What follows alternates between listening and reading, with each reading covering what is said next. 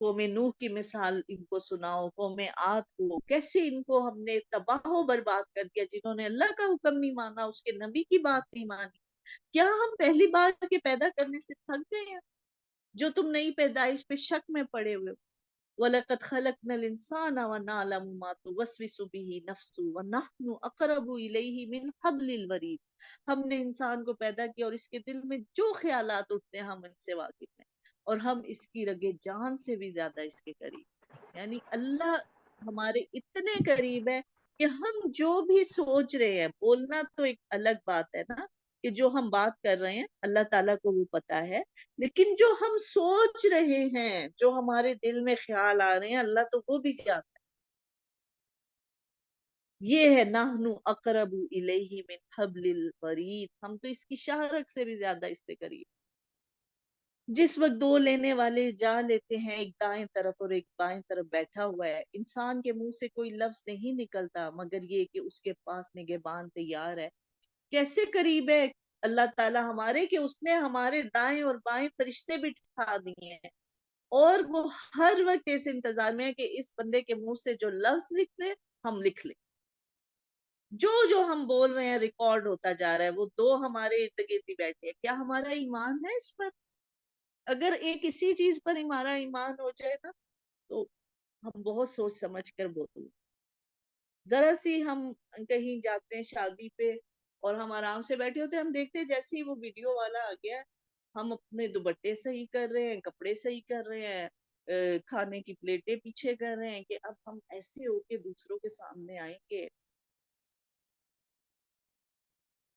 اس وقت ہمارے سامنے ہوتا ہے نا ہماری ویڈیو بن رہی، تو ہم کتنے الرٹ ہو جاتے ہیں۔ ابھی یہ اللہ تعالیٰ بتا رہے ہمیں کہ دیکھو تمہارے دائیں اور بائیں فرشتے بیٹھے ہیں، اور وہ اس انتظار میں ہے کہ ان کے منہ سے کچھ لفظ نکلے اور ہم لکھ لیں، بس نوٹ کیے جا رہے ہر بات۔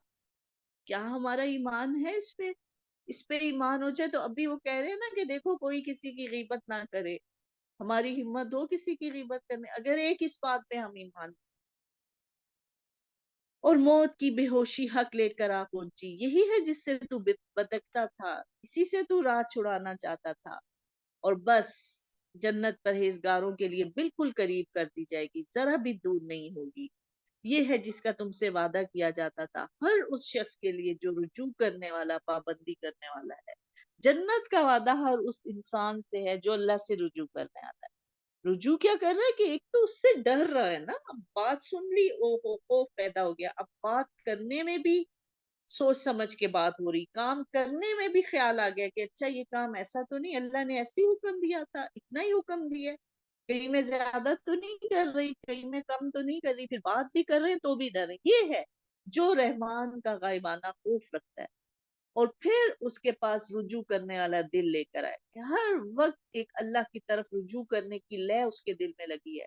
ان کو کہا جائے گا کہ بس اب تم جنت میں سلامتی کے ساتھ داخل ہو جاؤ، یہ ہمیشہ رہنے کا دن ہے، اور وہاں جو چاہیں گے انہیں ملے گا، اور ہمارے پاس اس سے بھی زیادہ ہے۔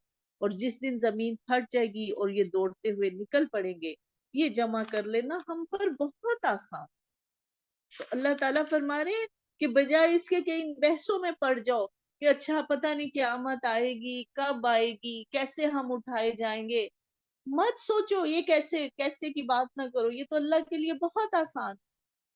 سب دوڑتے ہوئے کہتے ہیں زمین پھٹے گی اور دوڑتے ہوئے تم سب ایسے نکل آؤ گے، بہت آسان ہے اللہ کے لیے۔ بات کیا ہے کہ یہ مت سوچو، یہ سوچنا تمہارا کام نہیں ہے کہ یہ سب کیسے ہوگا، وہ تو اللہ کا قدرت والا ہے، وہ کرے گا۔ تم اپنے اعمال کی اصلاح کر لو اور اس کے طرف رجوع کر دو، اس کی طرف رجوع کرو۔ اللہ تعالی ہم سب کو توفیق عطا فرمائے۔ وآخر دعوانا ان الحمد للہ رب العالمین۔ سبحان اللہ و بحمدہ، سبحان اللہ العظیم۔ اللہم صلی علی محمد وعلی آل محمد کما صلیت علی ابراہیم وعلی آل ابراہیم انک حمید مجید۔ اللہم بارک علی محمد وعلی آل محمد کما بارکت علی ابراہیم وعلی آل ابراہیم انک حمید مجید۔